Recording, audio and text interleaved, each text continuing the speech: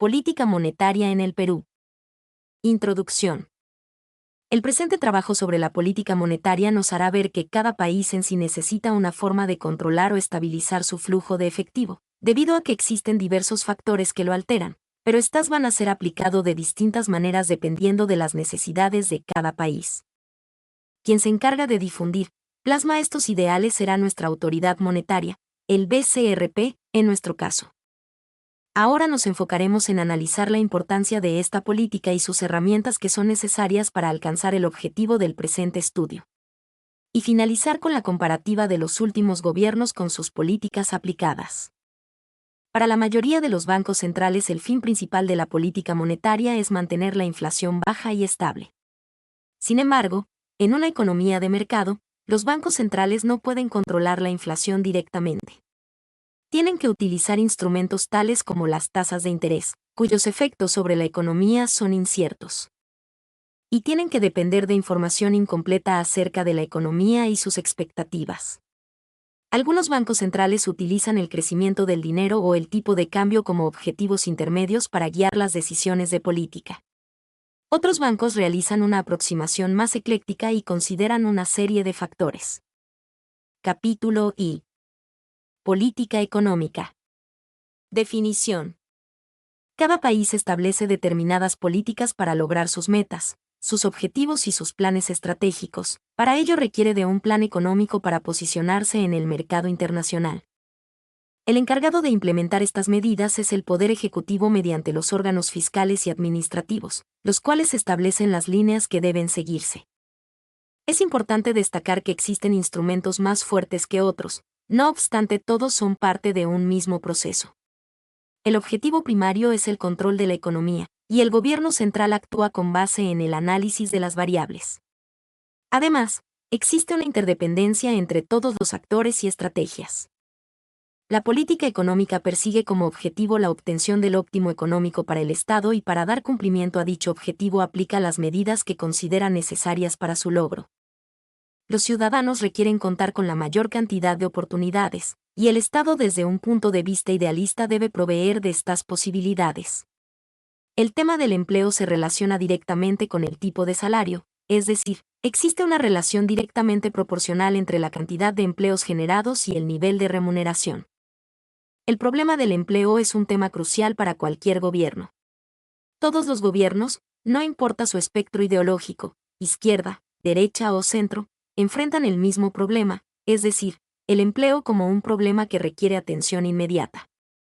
Otra variable que se integra en la política económica es el manejo de los recursos públicos. Este elemento es crucial si el gobierno aspira a ofrecer una administración eficaz, por lo cual siempre se procura transparencia y rendición de cuentas. El manejo de la deuda pública es importante para que el gobierno realice la mayor cantidad de políticas públicas. La política económica permite a los funcionarios públicos saber hasta dónde es posible realizar acciones y establecer cuál es el límite del gasto. La política económica permite buscar soluciones para ingresar más recursos y diversificar su gasto. Un instrumento importante se enfoca en el manejo de los recursos. Existen dos enfoques básicos de la política económica, el que busca un mayor gasto del gobierno y el otro que intenta reducir al mínimo la responsabilidad del Estado ante los programas sociales. Estos dos temas se explicarán con profundidad en la unidad 3 de este libro. Un enfoque intenta el crecimiento del aparato gubernamental, mientras el otro busca reducirlo y privatizarlo. En el segundo tipo, el objetivo es racionalizar el gasto, es decir, gastar lo menos posible y lograr resultados positivos. Otra variable que mide la política económica de cualquier sistema político es el nivel de crecimiento. En el siguiente cuadro se describen las principales variables del crecimiento. Algunos ejemplos básicos del manejo de la política económica son el empleo y la generación de nuevas empresas en la economía. Este es un tema central del gobierno, por lo que la demanda de empleo es una variable constante de parte de los ciudadanos. Objetivos. En este apartado se presentan de manera comparada diversos objetivos de la política económica y los instrumentos que implementa el gobierno para lograrlos. La metodología de análisis contempla una descripción del objetivo y una aplicación teórica y práctica del instrumento. Las explicaciones se basarán en los argumentos de Anguiano en su obra Estabilidad de Precios. En este sentido, se explicarán los siguientes objetivos. A. Primer objetivo, mantener estabilidad financiera. La estabilidad es un requisito indispensable en un sistema político. El equilibrio en el manejo de las finanzas públicas es necesario para procurar dos aspectos básicos: el orden social y la aprobación del ejercicio del gobierno.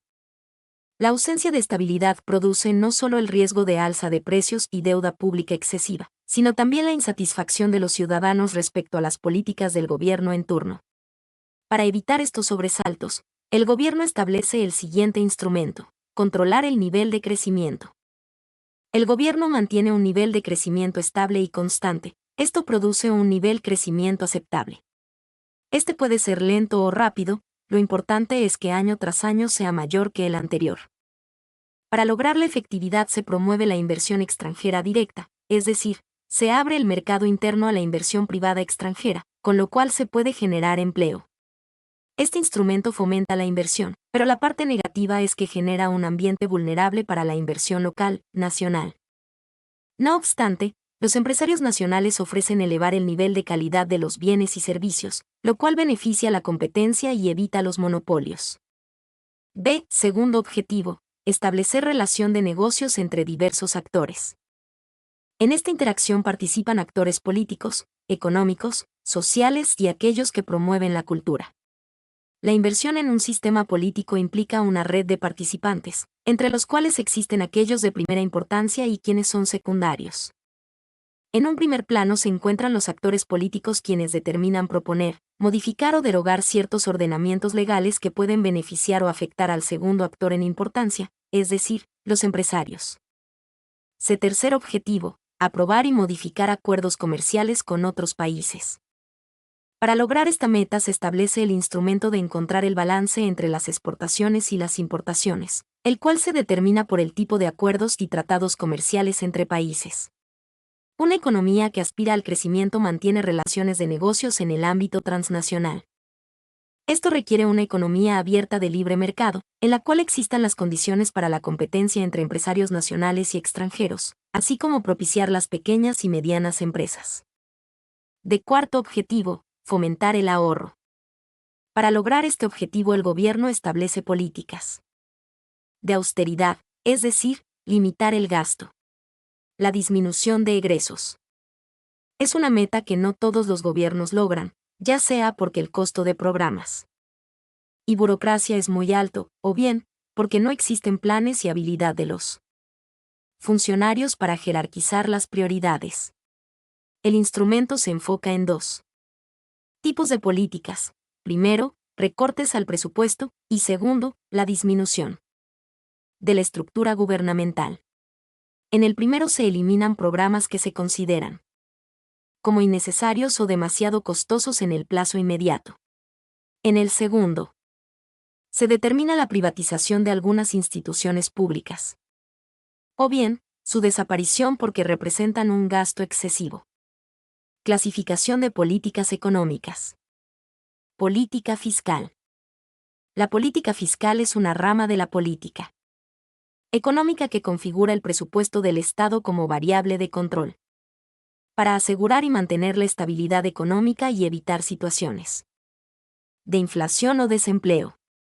El presupuesto del Estado consta de 1. El gasto público, que comprende tanto el dinero empleado por el gobierno para suministrar bienes y servicios a los ciudadanos, como las transferencias de dinero a algunas personas que el gobierno realiza sin recibir ningún servicio a cambio. Ejemplos clásicos de transferencias son las ayudas sociales y las prestaciones por desempleo, y 2. Los ingresos públicos, en forma de impuestos, tasas, ingresos patrimoniales, de empresas públicas y endeudamiento. Existen dos tipos de política fiscal.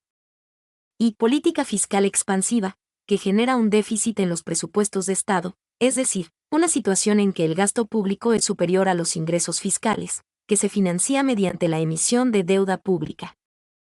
Los mecanismos a usar son: 1. Aumentar el gasto público, para aumentar la producción y reducir el paro, o 2. Aumentar el gasto privado, bajando los impuestos para aumentar la renta disponible de los agentes económicos privados, lo que provocará un mayor consumo de las personas y una mayor inversión de las empresas. En definitiva, un aumento de la demanda económica.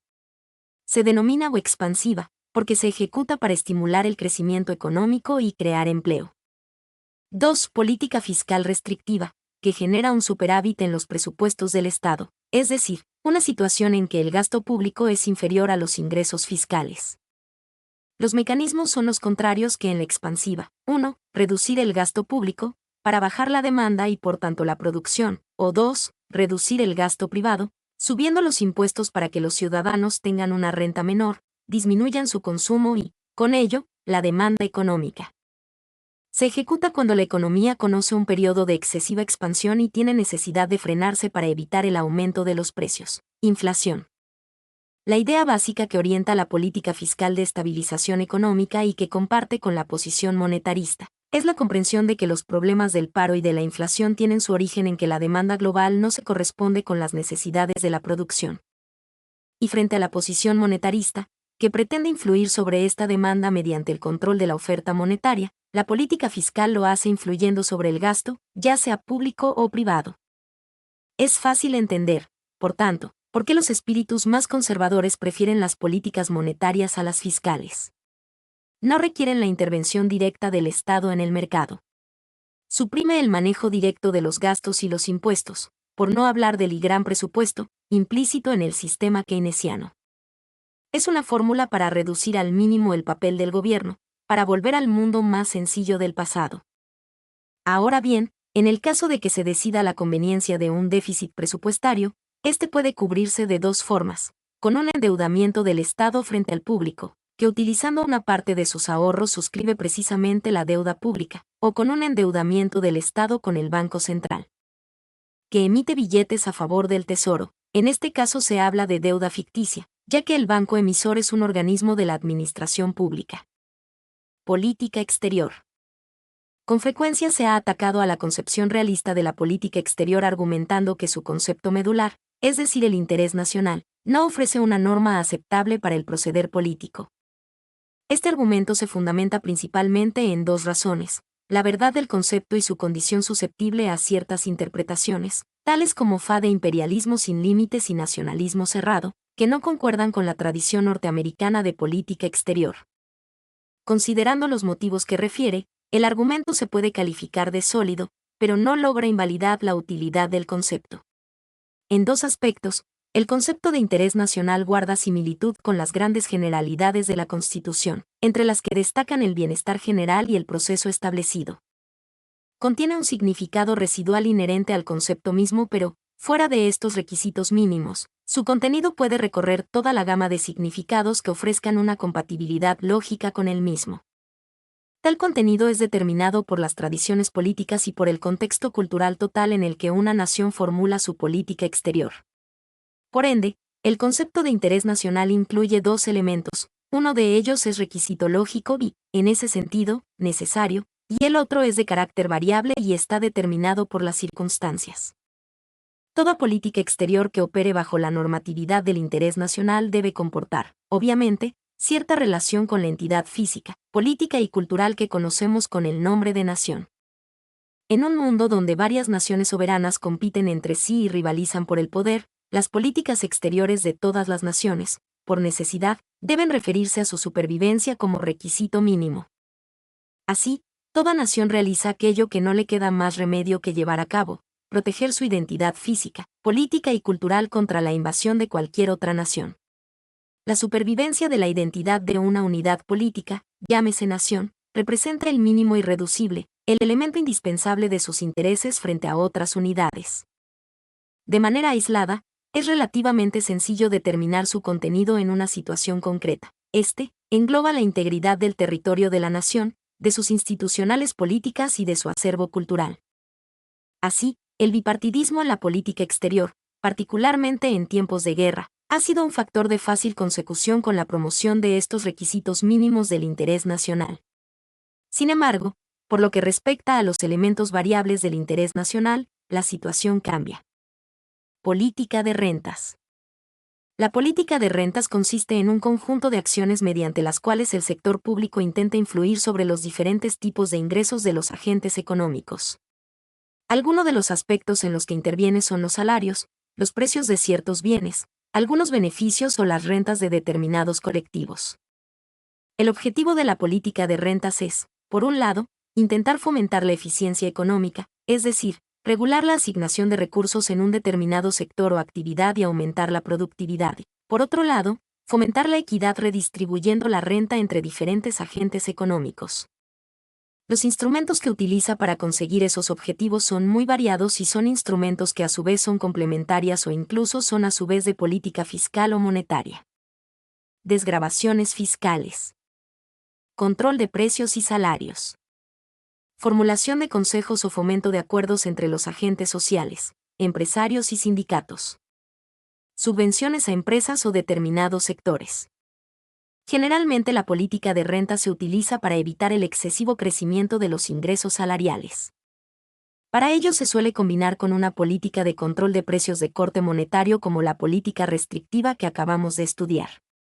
Es decir, se intenta evitar que el aumento de los salarios se traslade a un aumento de los precios. Para llevar a cabo este objetivo el sector público acude a controles obligatorios o directrices orientativas. Así, si bien puede imponer directamente congelaciones salariales a los funcionarios públicos, si quiere limitar el crecimiento de los salarios en el sector privado debe intentar mediar en los acuerdos entre los empresarios y los sindicatos. Cuando el objetivo de la política de renta se limita a la bajada de los salarios reales puede generar conflictos sociales por las protestas de los trabajadores que pueden ver recortado su poder adquisitivo. Política cambiaria. El manejo de las divisas es uno de los aspectos más complejos de la economía de un país.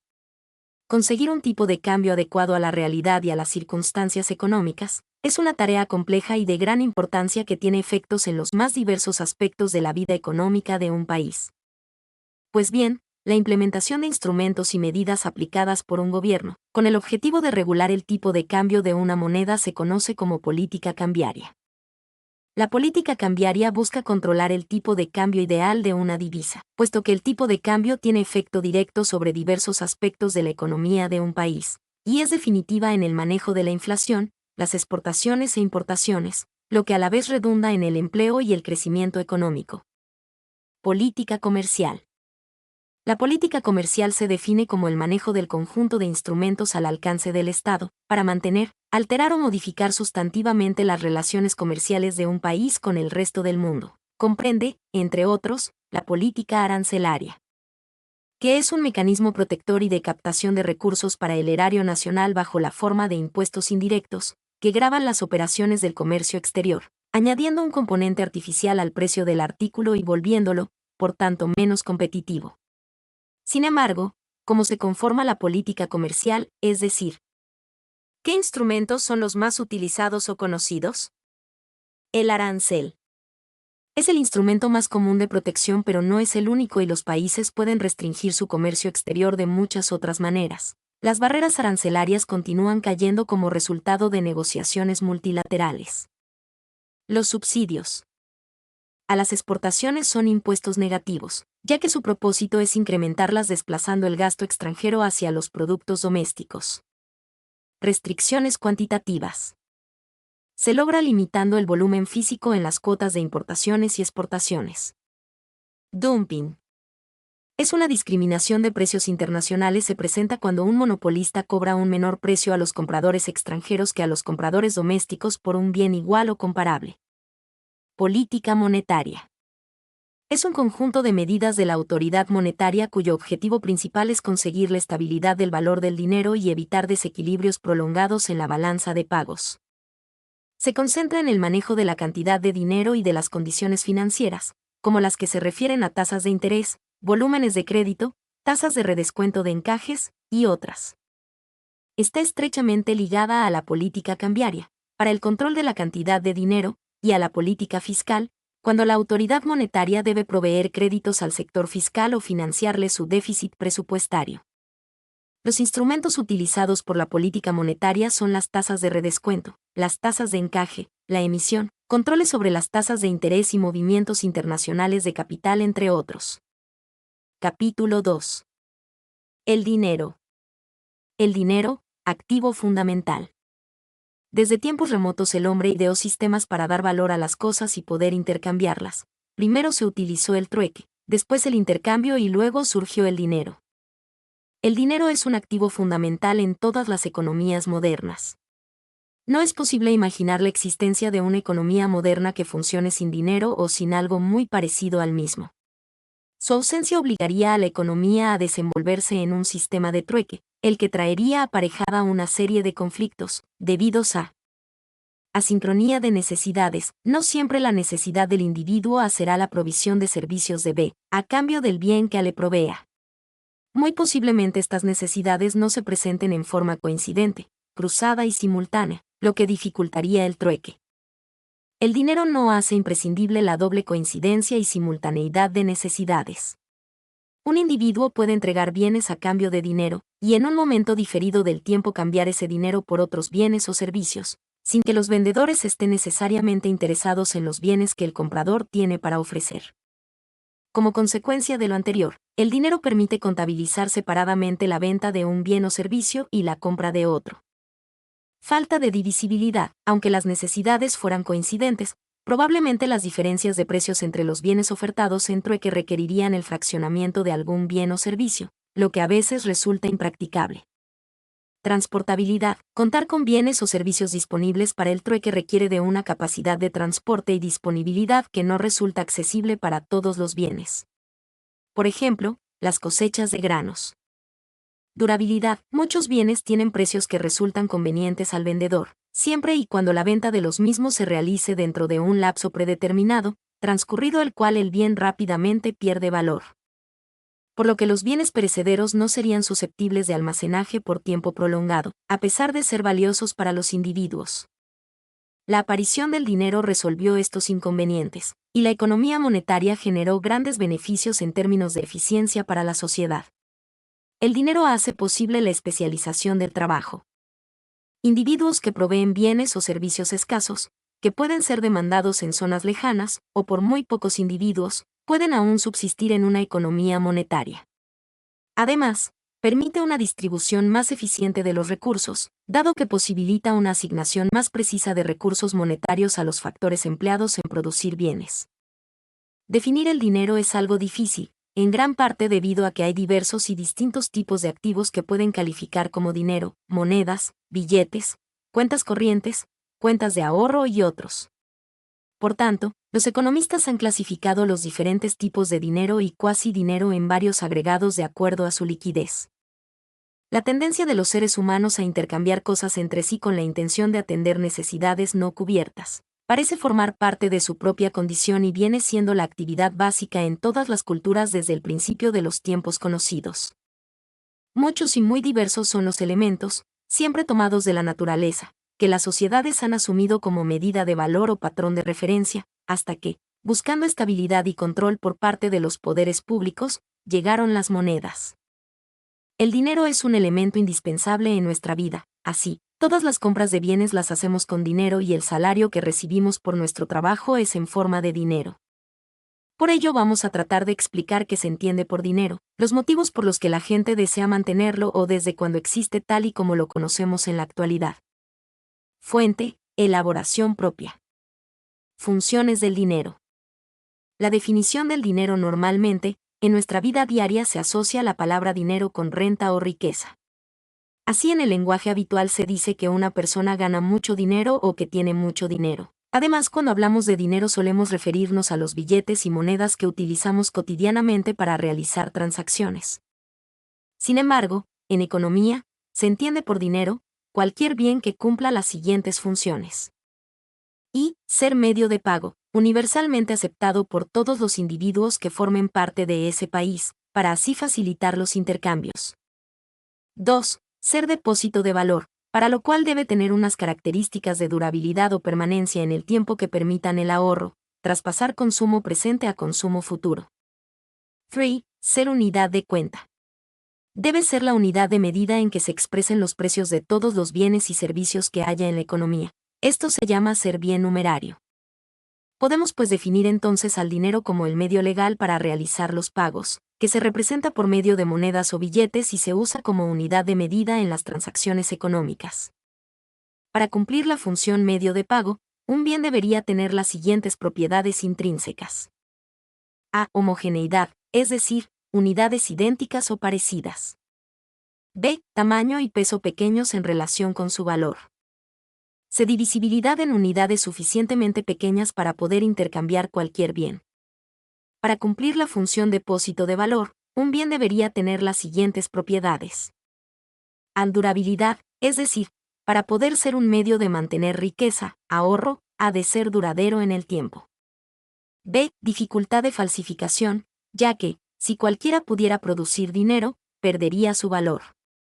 Sin embargo, el dinero tiene una desventaja frente a otros activos y es que su valor, en términos de poder adquisitivo, cambia en el tiempo.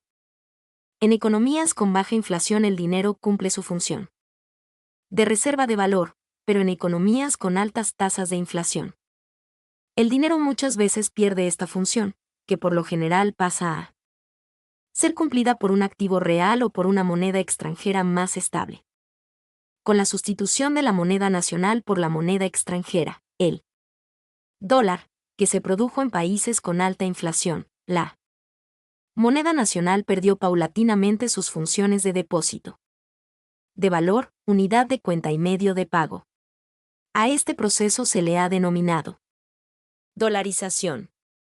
En un primer momento, la moneda nacional pierde su función de reserva de valor debido a que los agentes económicos intentan defenderse de la inflación adquiriendo activos con rendimientos reales positivos.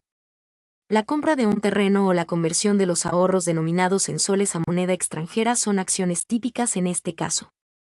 Posteriormente, al agudizarse el proceso inflacionario, la moneda nacional pierde su función como unidad de cuenta y se generaliza el uso del dólar como indexador en la economía. Las transacciones de bienes, tales como autos y bienes durables que involucran grandes transferencias monetarias, empiezan a realizarse en dólares. Finalmente, la moneda local puede perder su función como medio de cambio y de pago, es decir, su aceptación en las transacciones y cancelación de deudas. Los contratos de alquiler, gran parte de los préstamos realizados por el sistema bancario, y otras obligaciones de mediano y largo plazo, pasan a ser cotizadas en dólares. Finalidad e importancia del dinero. Es frecuente que muchas personas desconozcan la importancia que tiene el dinero en la actividad económica. Hasta nosotros mismos, que constantemente nos preocupamos por adquirir una mayor cultura y un mayor número de conocimientos para desempeñar más eficientemente nuestra actividad, ni siquiera por un momento nos detenemos a pensar en los servicios que continuamente nos presta el dinero, además de usarlo como medio de pago en la adquisición de bienes y servicios.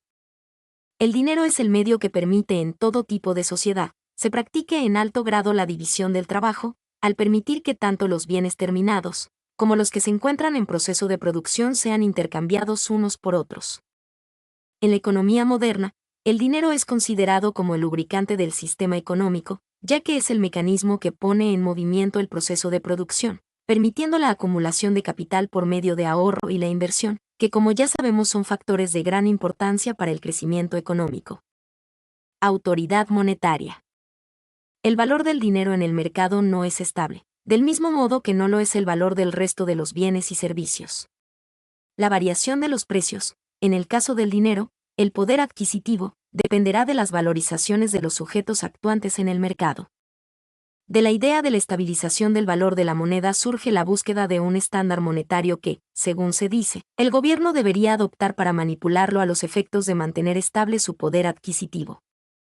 Se denomina autoridad monetaria la función política que asume el gobierno cuando se constituye en administrador del dinero gubernamental. Ahora bien, la versión contemporánea de la autoridad monetaria es la banca central. El primer caso del establecimiento de un banco central ha sido el del Banco de Inglaterra fundado en 1693 a propuesta de W. Paterson como un banco privado basado en privilegios para financiar el déficit fiscal de la corona. 3 años antes, en Massachusetts, por primera vez en la época moderna se emitió papel moneda gubernamental, y en 1802 apareció la primera fundamentación teórica de la banca central realizada por G. Thornton. en vista de que el gobierno inglés no tenía compradores para los títulos públicos, de que se consideraba a los impuestos como ya muy gravosos y del aumento de los gastos gubernamentales, Paterson ideó y propuso al Parlamento británico la constitución del mencionado Banco de Inglaterra, que adquiriría los referidos títulos públicos a cambio de ciertas dádivas. Teniendo en cuenta lo promisorio del negocio, la corona adquirió acciones del Banco de Inglaterra al año siguiente de su creación.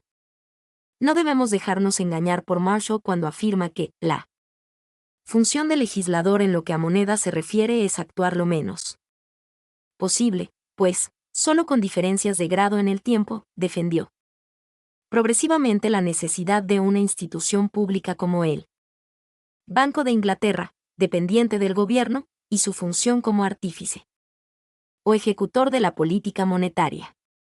Creo que siempre tuvo fe en el sistema de Banco Central y estuvo convencido de que la libertad, que había sido y era una fuente principal de la prosperidad inglesa, ocasionaba algunos resultados extraños en el caso de la banca.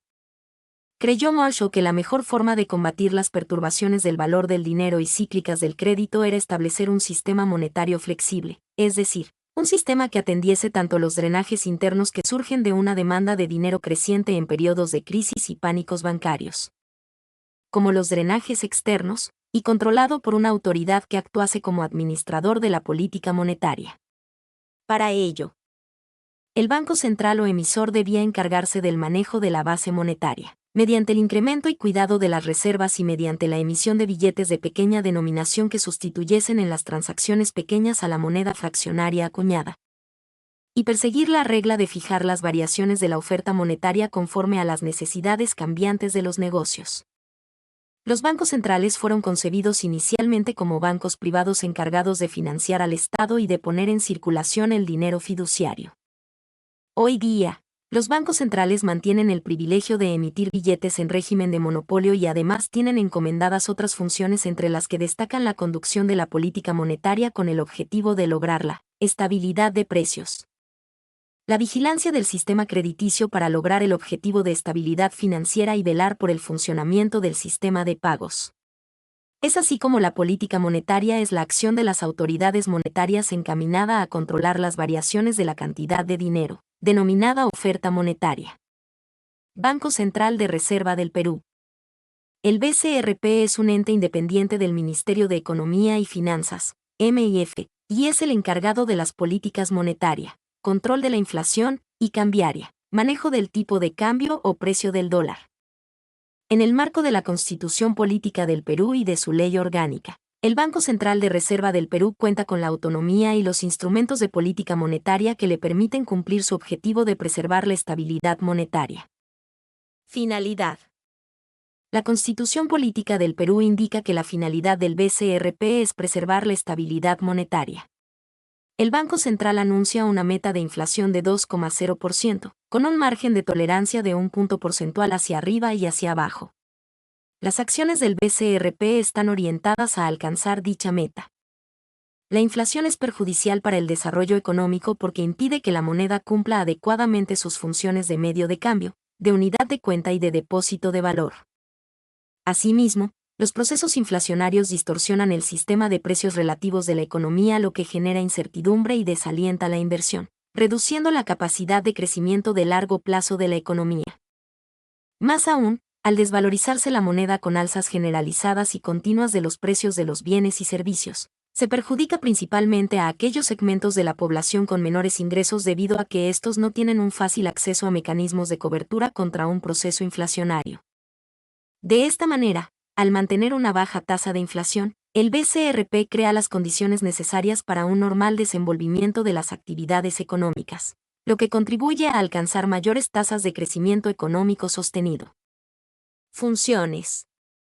Regular la moneda y el crédito del sistema financiero. La regulación de la liquidez del sistema financiero es dinámica conforme se conocen las condiciones del sistema financiero día a día, de modo que la tasa de interés interbancaria se ubique en un nivel cercano al de referencia. Los instrumentos de política se pueden clasificar en instrumentos de mercado, instrumentos de ventanilla y medidas de encaje. Administrar las reservas internacionales a su cargo. La creciente globalización financiera implica una mayor movilidad de capitales en nuestra economía que no siempre está asociada a los fundamentos económicos, disciplinas fiscal y monetaria. En algunos casos este flujo de capitales se da como resultado del contagio por sucesos adversos ocurridos en otros países. En estas circunstancias, siempre existe la posibilidad de una eventual salida abrupta de capitales y para poder hacer frente a los efectos que ésta tendría se requiere disponer de activos líquidos en moneda extranjera. En ese sentido, las reservas internacionales permiten enfrentar salidas inesperadas de capitales y reducir la volatilidad del tipo de cambio. En caso de salidas de capital, el Banco Central utiliza las reservas internacionales para proveer fondos en moneda extranjera a las entidades del sistema financiero, aliviando los efectos de la contracción de la liquidez y previniendo las posibles reducciones drásticas del crédito al sector privado. Asimismo, en economías dolarizadas, las reservas internacionales permiten que el BCRP pueda actuar como prestamista de última instancia, frente a potenciales retiros de depósitos, contribuyendo a fortalecer la confianza y solidez del sistema financiero. Emitir billetes y monedas. Para ello, realiza una programación que toma en cuenta tres aspectos fundamentales: cantidad, calidad y tipos de denominaciones demandadas, a fin de facilitar la fluidez de las transacciones en efectivo que realice el público. La demanda de billetes y monedas tiene dos componentes. 1. Denominado demanda para transacciones, que está en función del dinamismo de la economía, y el otro, demanda para reposición, que se genera por el reemplazo de los billetes y monedas deteriorados. De otro lado, con la finalidad de dar a conocer los elementos de seguridad de nuestros billetes y monedas, el Banco Central realiza actividades de difusión, principalmente a través de charlas gratuitas dirigidas al público en general y al personal de empresas financieras y comerciales. Informar periódicamente al país sobre las finanzas nacionales. Entre las principales publicaciones se encuentran el reporte de inflación, la nota informativa del programa monetario, el reporte de estabilidad financiera, la nota semanal, el resumen informativo de la nota semanal, la memoria, las notas de estudio, la revista Estudios Económicos y documentos de trabajo, la revista Moneda y otros informes y documentos emitidos por el instituto emisor. Teoría cuantitativa del dinero. La teoría cuantitativa clásica del dinero, cuyo principal postulado establece una relación directa entre la cantidad de dinero existente en la economía y el comportamiento de los precios, fue la teoría macroeconómica dominante hasta los años 30 del siglo XX cuando, frente a los desequilibrios que presentaron los diferentes mercados durante la Gran Depresión, los postulados keynesianos mostraron una mayor capacidad para explicar y enfrentar la situación que vivieron las economías del mundo. La teoría cuantitativa del dinero está en la base de la teoría monetaria. Su formulación se debe a Irving Fisher, y después fue revitalizada por Milton Friedman. A partir de esta teoría, Friedman sostuvo que la inflación siempre es un fenómeno monetario. Esta teoría establece la existencia de una relación directa entre la cantidad de dinero y el nivel de precios de una economía. P igual a nivel de precios. T igual a volumen de transacción o nivel de producción, cantidad de bienes y servicios o flujo de renta real. M igual a cantidad de dinero. V igual a velocidad de circulación del dinero o número de veces que el dinero cambia de manos. A esta ecuación se le conoce como ecuación de cambio o ecuación de Fisher, donde se indica que el valor de las transacciones que se realizan en la economía debe de ser igual a la cantidad de dinero existente en dicha economía por la cantidad de veces que el dinero cambia de mano, es decir, la velocidad de circulación del dinero. En el supuesto de que V y T permanezcan constantes, las variaciones en la cantidad de dinero u oferta monetaria repercuten en los precios de forma directamente proporcional. Esta fórmula es atribuida a Jean Boren y a David Hume. Luego Fisher indica que la cantidad de dinero en una economía se puede aproximar por la oferta de dinero que realiza el Banco Central, en nuestro caso en Banco de la República. La velocidad de circulación sería constante. El nivel de producción cuando la economía está en pleno empleo y el nivel de precios estaría determinado por las otras tres variables. Recordemos que esta teoría sostiene que entre la cantidad de dinero en circulación y el nivel general de los precios existe una estrecha relación. En la teoría cuantitativa del dinero podemos suponer que la cantidad de dinero multiplicada por su velocidad media de circulación se iguala con el nivel general de precios multiplicado por el flujo de bienes reales. Quantity Theory of Money. Se dice que esta teoría busca tasas de interés iguales a cero y la lógica de la teoría cuantitativa dice que para lograr tasas de interés nominal iguales a cero basta con que la cantidad de dinero disminuya a la tasa real de interés. Kocherlakota y Co. justamente demostraron que existen sendas de comportamiento para la oferta monetaria que no necesariamente cumplen con eso y que sí conducen a las tasas nominales de interés a su valor óptimo de cero, más aún. La teoría cuantitativa postula como uno de sus resultados que la tasa de inflación es igual a la diferencia de las tasas de crecimiento del dinero y del consumo, cosa que no es cierta justamente cuando la política monetaria es óptima. Mi nombre es Demim. Soy tu asistente personal. Mi sitio en internet es demim.es.tl.